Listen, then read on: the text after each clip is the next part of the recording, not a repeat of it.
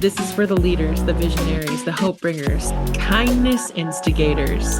This is your place to get loved, poured into, activated, and inspired.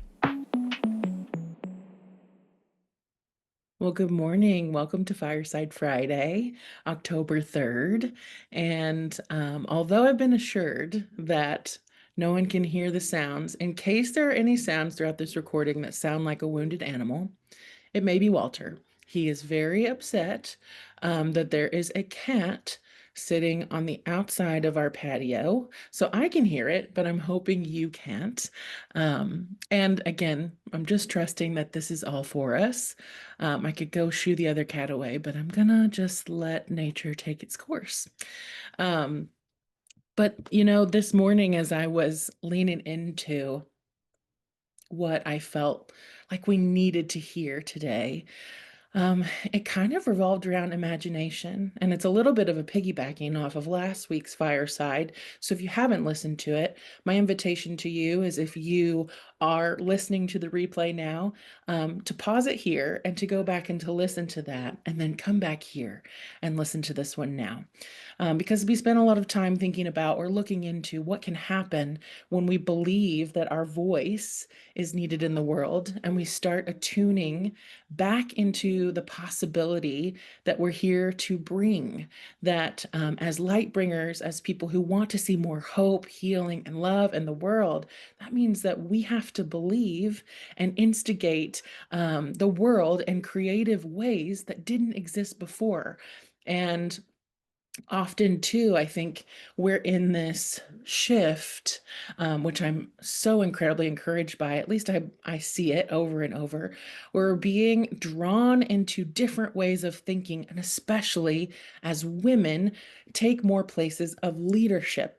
What I have seen myself do also in my life is one of the things that really held me back early on, and even now it's something that I feel like I'm releasing, is that for most of my life I didn't ever see a woman doing the things that I have felt called to do. I didn't even know that I hadn't seen that represented. It's not something that I was living inside the world of that possibility. And for so many of us, we may not have seen the ways that we want to see love and healing ripple out into the world in ways that we are yearning to do that. And I think the point, at least for me, that I keep coming back to is that if I have these desires and urges and instigations in my spirit that something could be better, that we could do something differently, that's not only meant for me, it is meant for others as I take that up. And as each and every one of us take that um, light forward, we are shining lights in the darkness. Because when we see other people, or we see it modeled, or we are invited into something more because someone stepped forward, which is so often what we need, sometimes the voice that we want to hear the most really needs to be our own. And I was caught in this dynamic of imagination, where our imagination so often, at least growing up, I feel like it's treated as this really fanciful thing, this thing for kids. But so at some point, we got to grow up and come out of that into the real world. Into the real world. What does that mean? What is the real world? When did we start trading the idea of our creative, ambitious potential to imagine new possibilities into neat little boxes that they must fit inside?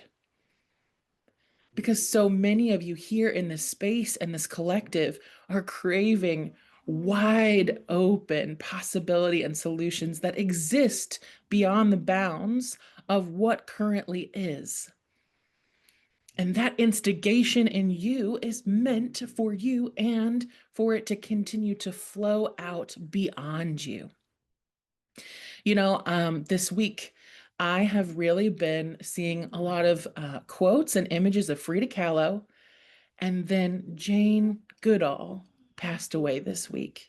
I think she was 91 or 95. I'm forgetting. Um, but both women, both iconic in their fields. Frida Kahlo, I took a little bit of a dive into her life this morning. I did not realize, and I'm an art major, okay, I did not realize that, which I took an art history class.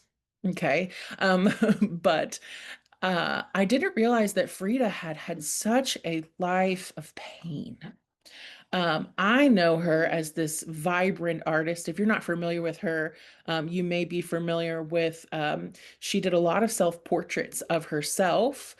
She has dark hair, lots of usually color and imagery in those pictures. But one of the things that I didn't know was that she had a life full of suffering.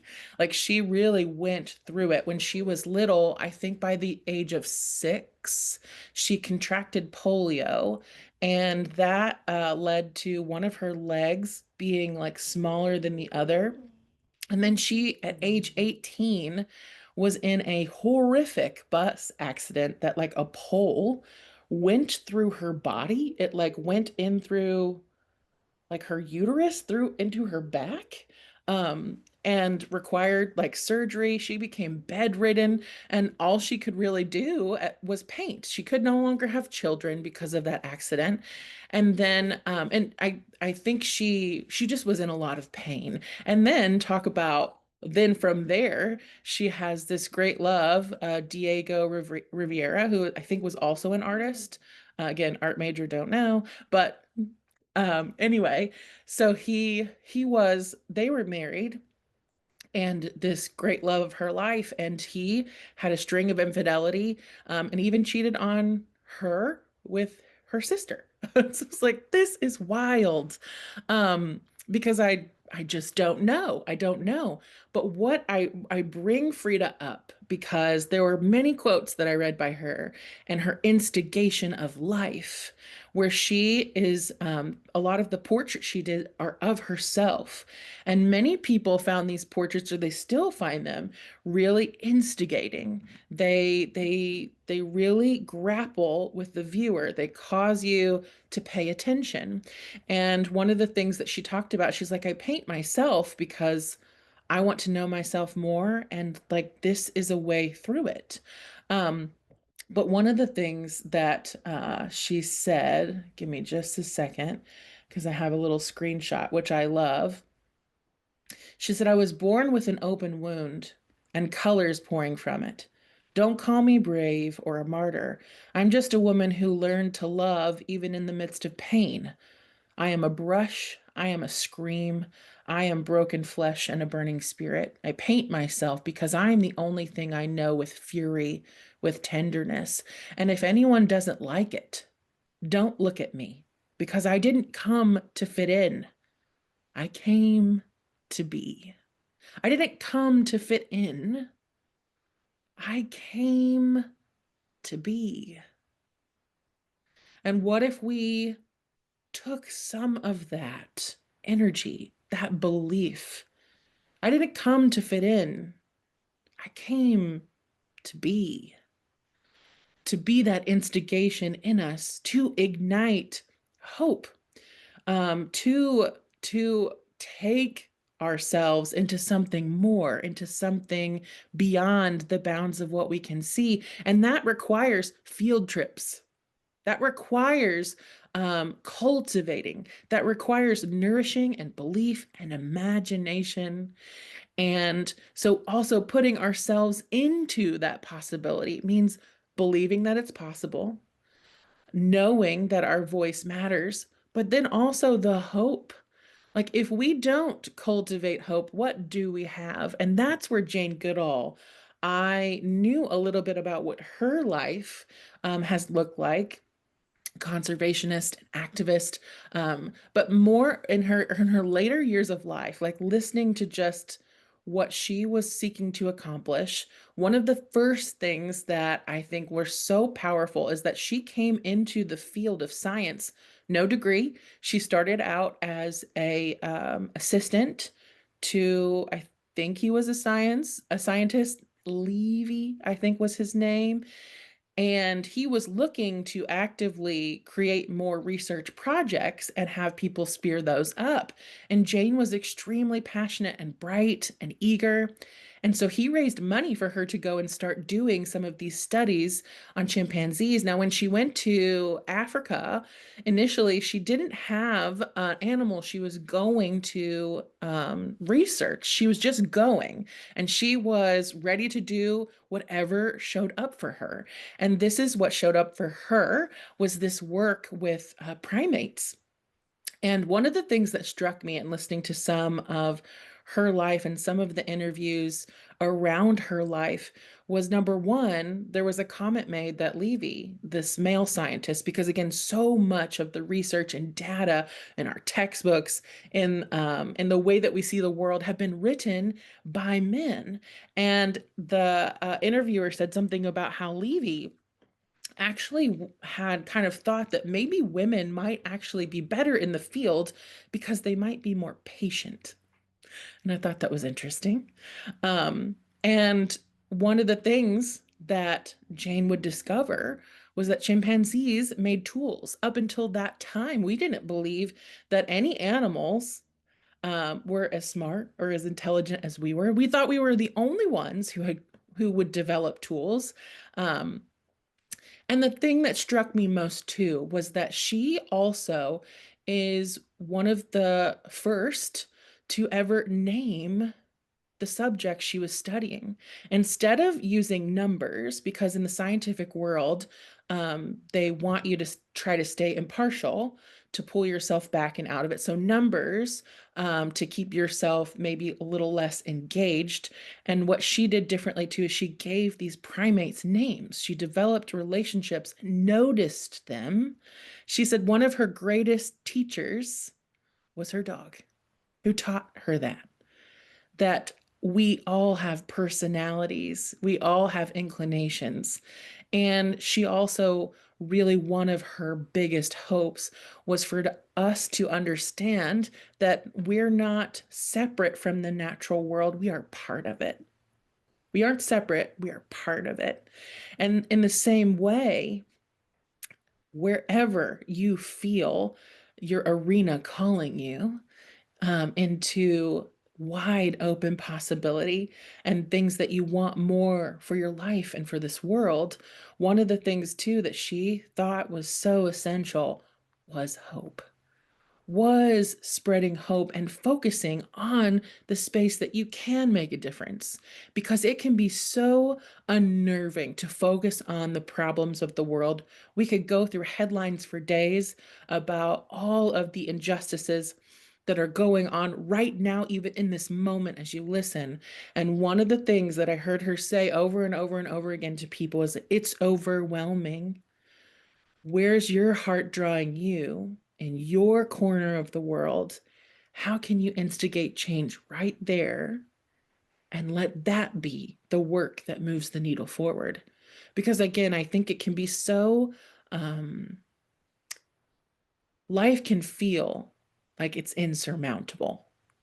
But I think that's often too, again, where we are placing our focus. If I am wanting to summit the top of a mountain, I can stand at the base and go, oh my gosh, I can't do this. Oh my gosh, this is wild. Like, I don't know how to even start. That's an option. But what if it's just one step at a time? Taking a mountain really does take one step, sometimes backwards, sometimes sideways. Not that I've taken a lot of mountains. I have hiked a mountain before. But I say that, with a lot of humility too, of this example, of the ways that we instigate our life. It is truly not often linear, and it doesn't make sense, and we don't have the answers.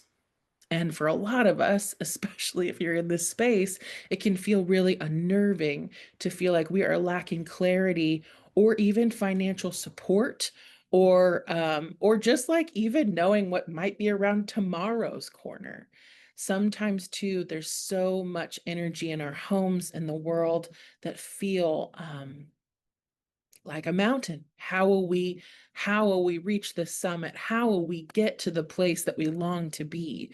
And I think again it comes back to, well, what does the next step right in front of me right now look like? What does this present moment invite me into? And sometimes it's just as important to be with our breath, to noticing a flower. One of the things Frida Kahlo said that she's loved, that I loved, was she said, I paint flowers so that they won't die. I paint flowers so that they won't die. What do you want to paint so it doesn't die on your soul? What do you want to see in this moment in front of you? And sometimes, too, it is moment by moment. And that's totally okay. But how we continue to tend the flames of our own imagination and possibility are so important. And again, too, that's why the fireside exists, to stoke those when you're feeling like you don't have some of that energy. Well, I just want to blow some life into those embers in your fireplace, to know that the things that you want to see in the world are possible. The ways that you want to engage are meant for you. And if you are still seeking answers, hello, we all are. We're all seeking them. What can we do in the moment before us with hope? With just a little hope, like just a little light. Doesn't even have to be a big flame right now, just a little ember. What are you being instigated into in this moment? And for you, it also could just be, I said field trips earlier. That feels important. Where could you take yourself on a field trip today or this weekend or in the week coming up? Where could you instigate some inspiration, some fuel for your creative fire? Because those things are so important for us to breathe that life and be that light that we long to be. It also means, again, taking that seriously. And sometimes it's even just taking a nap. Sometimes we need to rest. Sometimes we need to simply be. But right now, the invitation for me felt like instigating that imagination and hope. And then looking at what happens when we bring our art, our science, our ways of doing things into the world, how they affect and ripple out, because it is one interaction, one exchange at a time. I use two examples of women who I don't even know the height of Frida's um notoriety. I don't know at what point that maybe she reached some critical mass that, oh, she became almost like a household name. I don't know. That may have happened after she passed. She was in her life living, instigating, having these conversations and bringing her art to the forefront because it's what she knew she needed to do. And the same thing is for Jane. So we have these examples of these iconic women who we get to see more and hear more about their life, because even Frida, I didn't know this. I mean, again, I didn't know a ton about Frida, but her house is a museum now. And I was like, that is interesting. Like, how many of us will have houses as museums that people can go and tour and be in the space of? That's really interesting.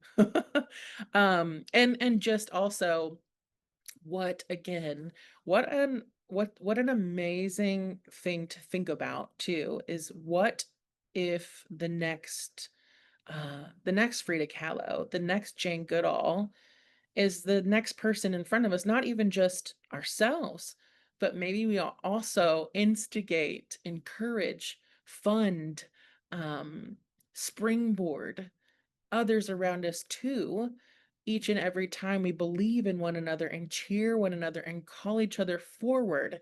That is an act of instigation, of hope, of possibility, of imagination, of using and wielding and trusting too that our imagination is a gift. It is innate to us. It can be grown, it can be fostered, it can be poured into if we choose it, if we allow it, if we saturate ourselves with possibility instead of limits.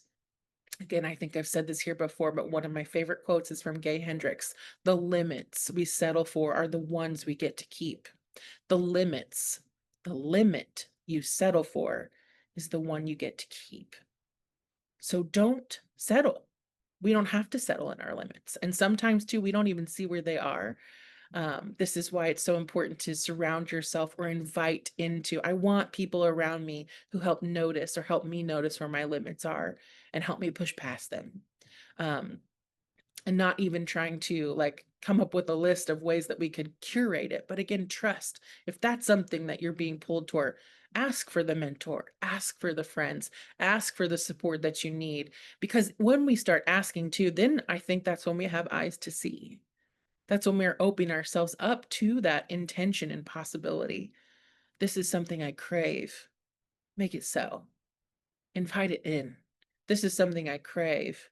How can I initiate more of this into my life? What will that look like? What will also that dance, that instigation of possibility, imagination actually do, not only for me, but my home, for my children, for the people around me, for the person I see in line at the grocery, just even a smile, sometimes just kindness and compassion are radical in themselves, which reminds me too of a quote that I read this week. Um, that, well, here's another quote too from Frida that I wanted to read. And in the end, I believe that we don't need to do anything to be loved. We spend our lives trying to seem prettier, smarter, but I realized two things. Those who love us see us with their hearts and attribute qualities to us beyond those we really have. And those who don't want to love us will never be satisfied with all our efforts. Yes, I really believe that it is important to leave our imperfections alone. They are precious to understand those who see us with the heart. So even those things that we think are imperfect, that people won't understand, some people won't. They won't get us. That's okay. We're going to attract the support we need and repel what we don't and what we don't want. Also, just an aside, Frida Kahlo also changed her birthday, or she talked about changing her birthday. Like she started telling people her birthday was 3 years later than it was. She was originally born July 6th, 1907, but she changed it to July 7th, 1910, because that was the year of the Mexican Revolution began. And so I love that too. Even she's like, no, that's not really my inception point. My inception point is this point. Um, and I, again, talk about imagination. What did that mean for her? That must have been some kind of totem, or beacon, something that helped her feel empowered, engaged, passionate. There was a reason why she chose that for herself. And again, I can only speculate what that looks like, but that was something for her. But what what I saw this week is from Thich Nhat Hanh. People usually consider walking on water or in thin air a miracle. But I think the real miracle is not to walk either on water or in thin air, but to walk on earth.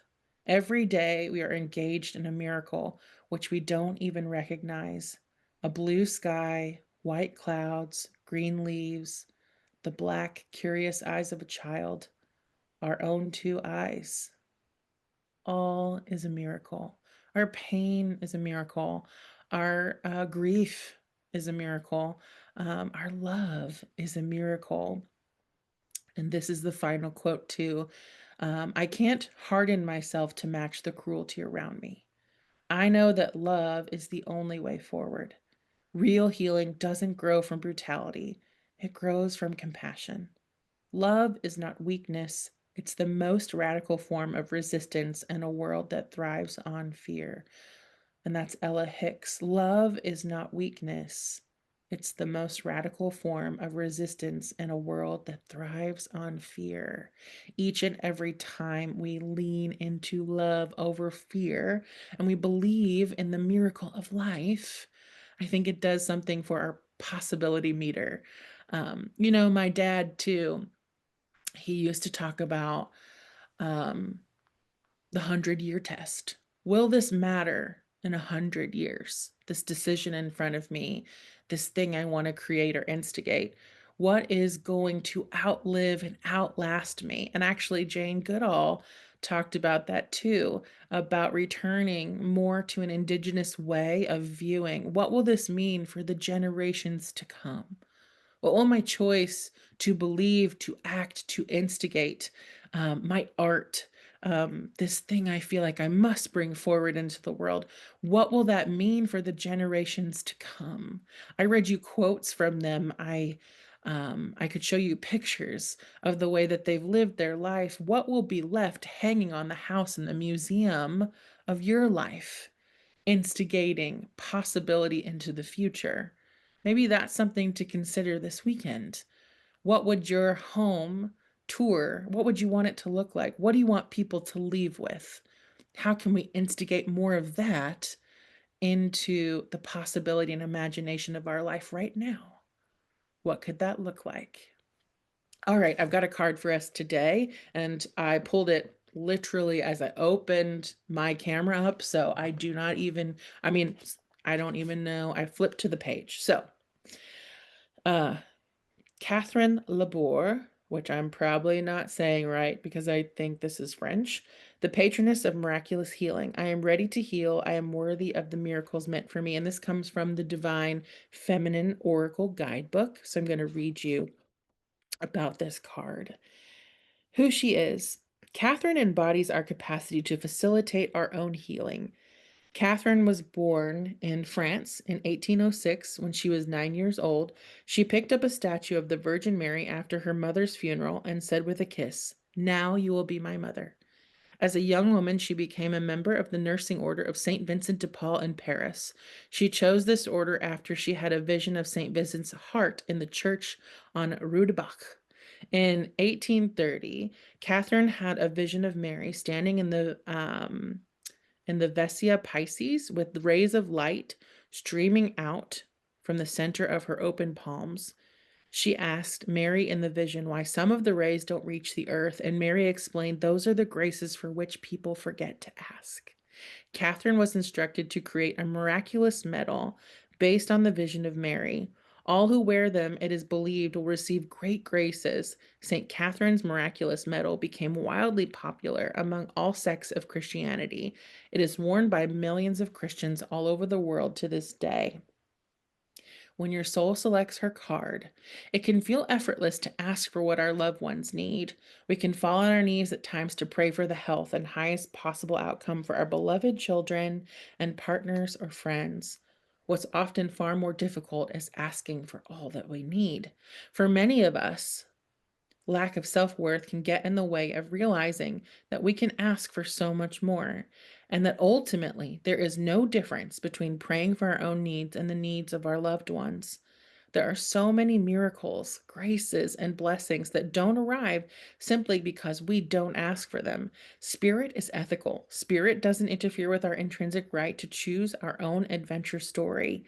Free will is ours. So we have to ask for Spirit to intervene in the effort of our own healing. Ask and you will find. This is a spiritual truth, and also suffering is optional. Suffering doesn't glorify us or make us more holy. At any point, we can ask for the highest possible good to shower down on us. We can ask to be healed in ways we can't even imagine by handing and that healing over to the divine. The healing might not arrive in the way we picture being healed. Our lower back may still throb with pain, but our heart has shifted, and there's a miraculous amount of light within our lives again. If we can hand over an attachment to what healing is going to look like, we can receive all the blessings waiting for us. What can I ask for help in healing? And the intention of the card, I am ready to heal. I am worthy of the miracles meant for me. I am ready to heal. I am worthy of the miracles meant for me. I loved this. There are many miracles, graces, and blessings that don't arrive simply because we don't ask for them. They don't arrive because we don't ask for them. And I think, too, that goes back to that imagination and possibility that life is a miracle. Can we live and instigate inside that bigger idea, that life that I'm living, even if it's not the way I imagined, even if it's not the way that I thought it was going? How can I continue to be in that greater awareness of possibility, imagination, wonder in this moment in front of me?